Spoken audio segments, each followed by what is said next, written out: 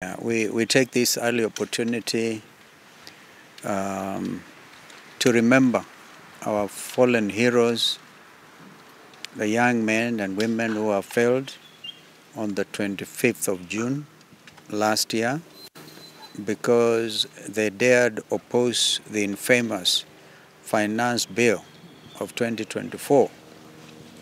I recall that in 2023, we were, as Azimio at that time, we were in the streets. And I recall in particular that, Wachawa Wapite, thank you, that in 2023, some of us were nearly killed in Mathare. That time we were demonstrating peacefully against the high cost of living. In fact, those demonstrations of 2023 led eventually to the establishment of the National Dialogue Committee team, the NADCO. But in 2024, when the young people took to the streets in exercise of their constitutional rights, they were killed. They were killed in 2023, by the way. About similar number, basically about 60 to 70, were killed, and we went burying them everywhere. We buried them in Siaya, in Makueni. My colleague was reminding us about Brian near Wote, after Imali. And Brian, for example, the story was so sad. He had just qualified to go to the university, and his ambition was to go complete his studies, come and build a house for his mother. I was not able to do that, but we all got together with the county government, Makueni. We were able at least to give that lady a house within 1 month when we were burying Brian. So that was in 2023. In 2024, young Kenyans, the Gen Zs, caught world attention, and even today I'm quite sure the international community is watching. I've heard the BBC and others. The lead item is about a remembrance of the very brilliant and bold young Kenyans who came to the streets to, again, in furtherance partly to the issue of high cost of living, but they were now saying this was now being strongly enshrined through the infamous finance bill of 2024. So they came out, armed only with bottles of water, their national flags, and their telephones. And they did what actually became a very heroic action. So today we want to remember them. I remember, for example, Eric Kyalo was shot on the head by a sniper's bullet. And remember young Kennedy Odhiambo very innocently in Rongai. And we had the testimony of his mother when we went for the memorial service at All Saints Cathedral. Young people. And then after that, the culture of abductions followed.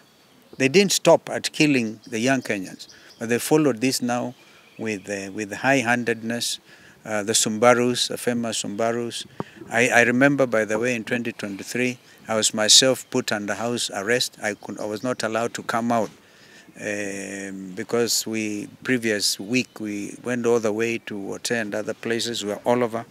So brutality has been the order of the day of this Kenya Kwanza administration. Now, today, we just want to remember these young people. Yesterday, when we were launching the People's Restorative Justice Commission, we made it very clear that our intention today was to come and lay wreaths in remembrance of these young people. And I think that is, as their parents, they are entitled, and other Kenyans are entitled. We also actually said clearly, we've been saying it, today is a public holiday. Indeed, it is now going to, is it 9 o'clock? And I've never seen the streets of Nairobi being so clear, easy traffic today. A lot of Kenyans have chosen to stay at home in sympathy with what happened on the 25th of June, 2024. That is where we are here. Eugene made it clear, if there are people wielding machetes, pangas, and rungus, that is not our culture. And it is time, and we now need to make it clear when the rungu wielding people, when they are demonstrating against the killing of Ojwang, right? Then these people came. They came out carrying rungus and wherever. They did not stop there. Yeah, not the young people. The organized gangs are the ones who rained terror on shop owners in the streets, in Koinange Street, in Kaunda Street. I remember people who had the electronic shops, for example. Even the police were helping themselves, amazingly. So I think that we need to call them out and to say that this country changed forever, politically. The governance of this country changed forever on the 25th of June last year. And that's why we are here. And therefore nobody can wish that away. As you heard us say yesterday, we set up the PRJC, right, led by Justin Muturi. And we know that the world attention will be drawn to that because men and women all over the world want justice. Justice for Ojwang, justice for the fallen young heroes of 25th of June. And today, as we speak, not a single penny has been paid by this administration to the either victims, of course, are gone, but also their relatives, also victims. Not a single penny. And yet we actually remember when, for example, ODM joined this administration outside KICC, one of the points in the 10-point agenda was compensation. Even I think in Homa Bay, Raila tried to remind them, okay? Nobody, it's like talking to a stone. This is why we cannot understand why those people, anybody would have wanted to join them. So we have set up a People's Commission, Justice Commission. And we know the world will be coming in, and if you look at the quality and the membership of that commission led by Justin Muturi, it is the best we could think of doing, and we must thank our brother Justin Muturi for agreeing to chair that, because his credentials will even attract all attention, perhaps even support, because I think the media will be invited to hear all these stories, some of which we heard yesterday, and so we must get our country back. That's why we are here. Yeah. Okay. Maybe to wish Eugene, you've seen the huge security apparatus deployment in town and CBD even at Parliament. What does this speak?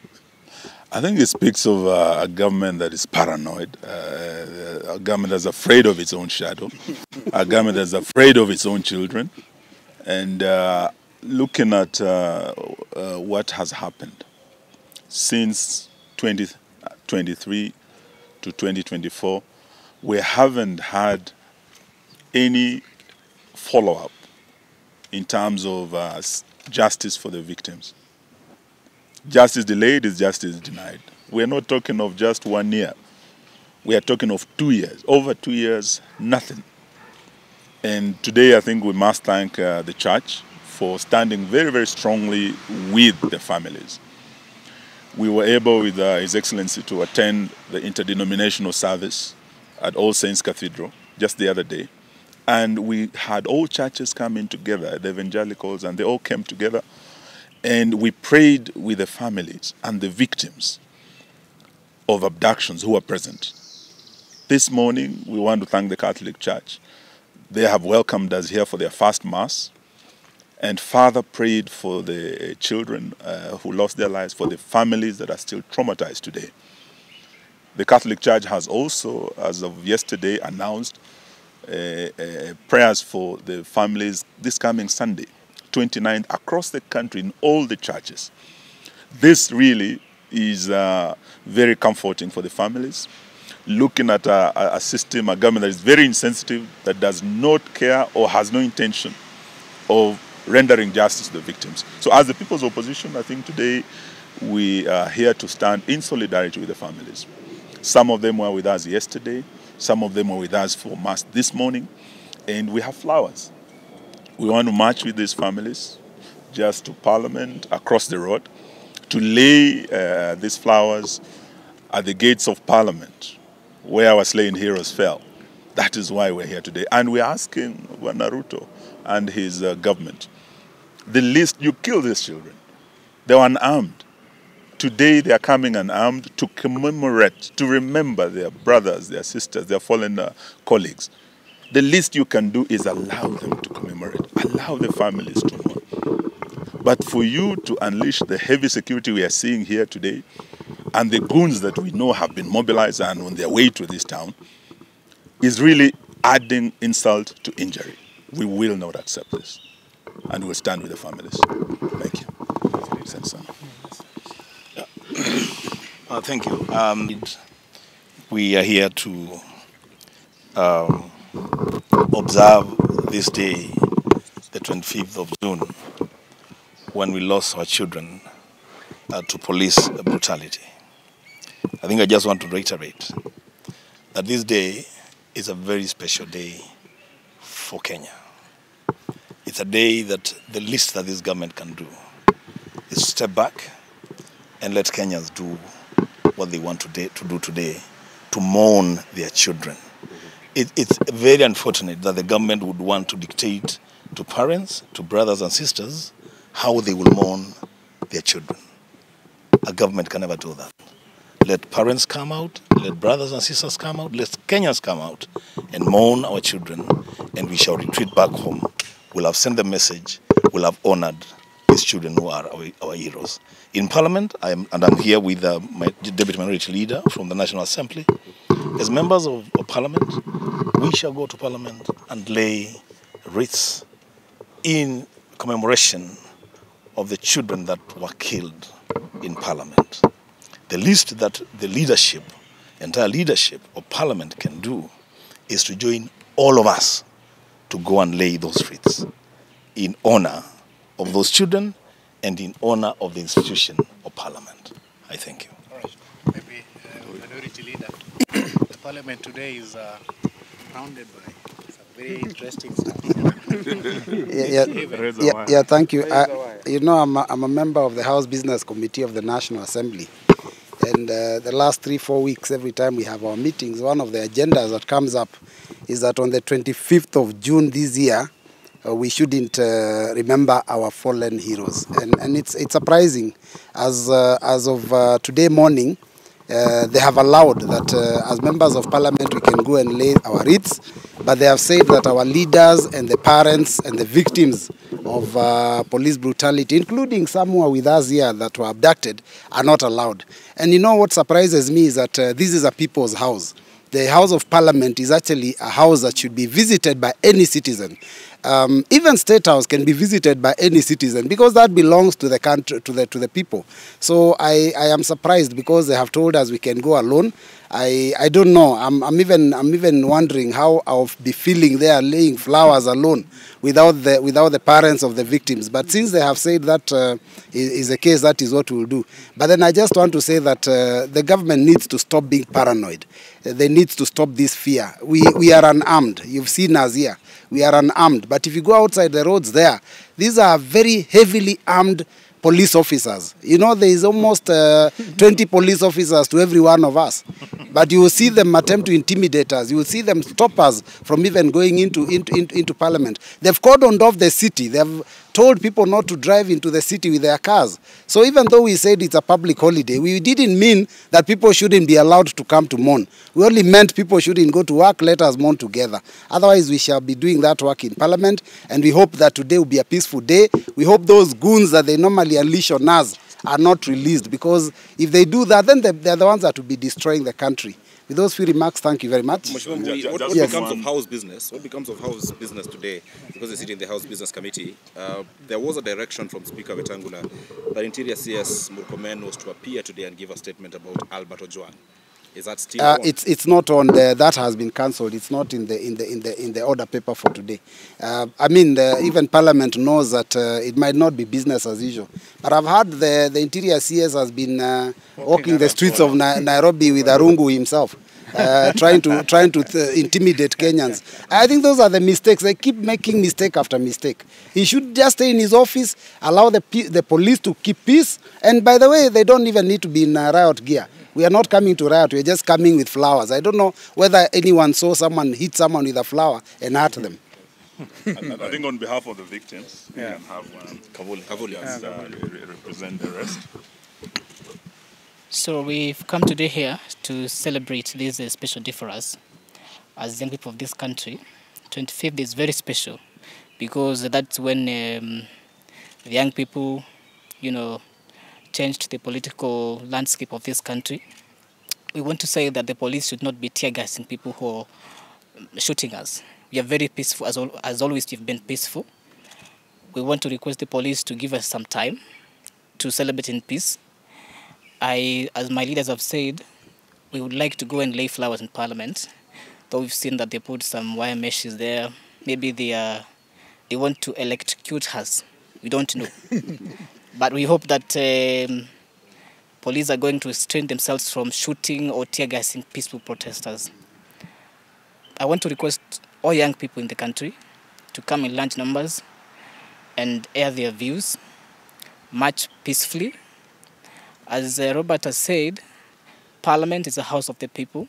We are allowed to go there anytime we want, so long as we are peaceful, so long as we won't cause violence.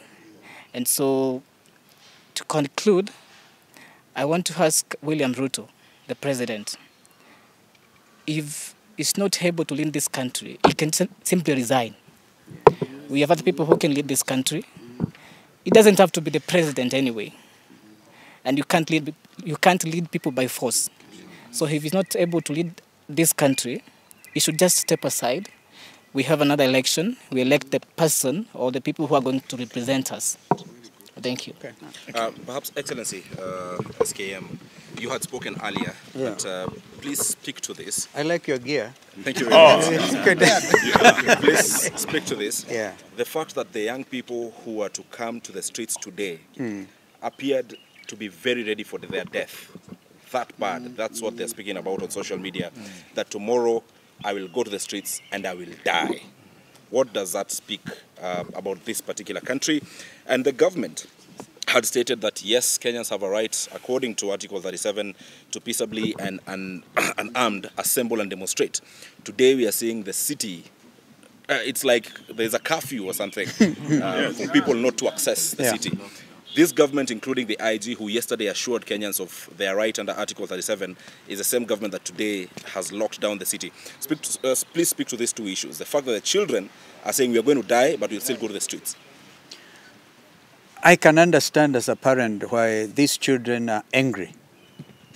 Because they were mauled down, they were shot and killed, they were maimed.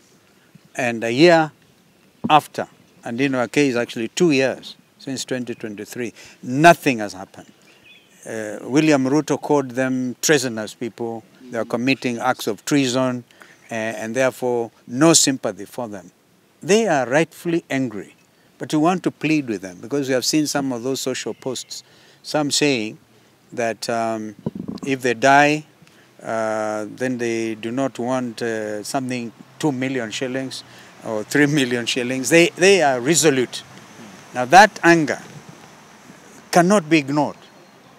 It needs to be nurtured. And we want to assure them that as their parents, we understand their pain. We feel the pain. We do feel the pain with them. Having said that, a barricaded city, what does this mean? William Ruto has declared it now by action that is truly a public holiday. Truly a public holiday. Of course, the damage that comes with this kind of barricading should wholly be attributed to William Ruto's administration.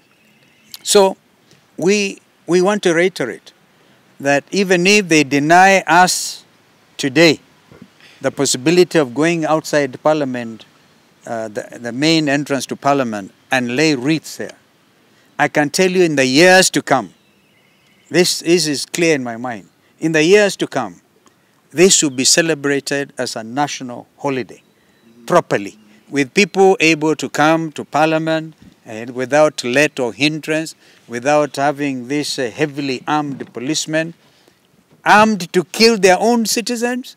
What a shame.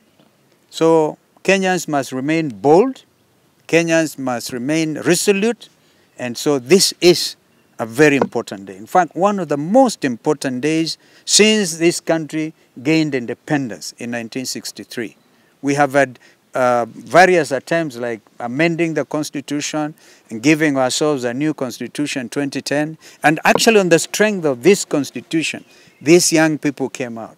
And the Article 1, what I'm wearing here, is the only thing they were armed with was Article 1 of the constitution. They are very clear. They're very clear. We have here a document that will stand the test of time. And nobody, no William Ruto or Kanja or Sakaja can do anything about it. This is a new country. And therefore we must prepare it for the owners, the young Kenyans. As the leader of the united opposition, you repeatedly said that today will be a public holiday to join the young people. What was the plan? You've already mentioned laying of wreaths, which appears, or so far looks like, may not happen. But what did the opposition have in mind when you declared today a public holiday? Because of heavy remembrance. This is not the usual type of remembrance. In 2023, we are not even allowed to come to a church like this, and we really must thank the Catholic Church for their magnanimity and their sense of understanding. In fact, we understand that on the 29th, all the Catholic faithfuls and the Catholic Church, we heard this from Archbishops Anyolo and Muheria and others, will be commemorating this event. Therefore, it was out of a sense of duty and a sense of nationhood that we declared this a public holiday. We didn't want to gain cheap political mileage because we are not the type to do so. It is out of a deep sense of commitment to this country and the welfare and the future of this country that we made those announcements. Noah Kipkemboy from KTN. Yes, no. My question is sort of calling to order the political class. And I know we don't want to mention classes in this particular situation, but this issue of goons, it is an economic disparity question and people taking advantage of that disparity and utilizing people against its own people. Call to order the political class in this issue of goons, please, sir. Goons. Goons. I'm told even the international community have actually accepted that terminology. In their very strongly worded statement yesterday, they have come out and called out because they are partners. I've seen an attempt by chairman of a committee in Parliament trying to say, oh, non-interference. When it comes to the issue, and here I speak to you as senior counsel and a leader in this country, when it comes to and a former foreign minister, I can tell you this. When it comes to the issue of human rights, they are universal. You cannot run to a corner there called Kenya and plead non-interference. You cannot even talk about Vienna Declaration, right? Because this is a matter that was canvassed seriously before the floor of the United Nations General Assembly and agreed that when it comes to the issue of human rights, particularly basic, and the beauty about our Constitution, 2010, is so strong on the issue of basic rights.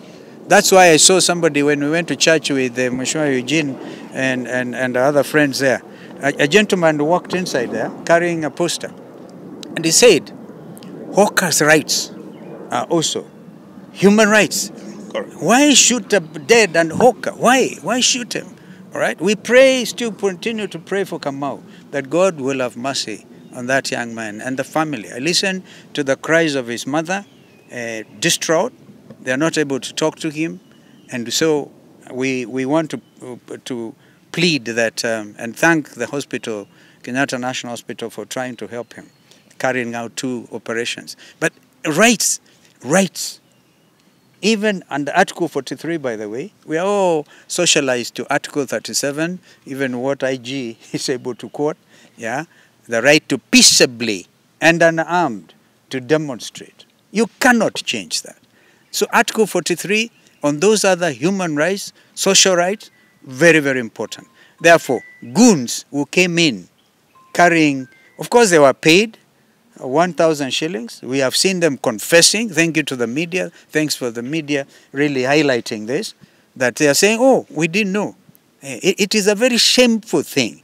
And what will go down in history is William Ruto's administration, afraid of its own citizen, went and bribed others because they are unemployed, paid them some money to go and beat their fellow citizens. It is like this massive bribery they are calling economic empowerment.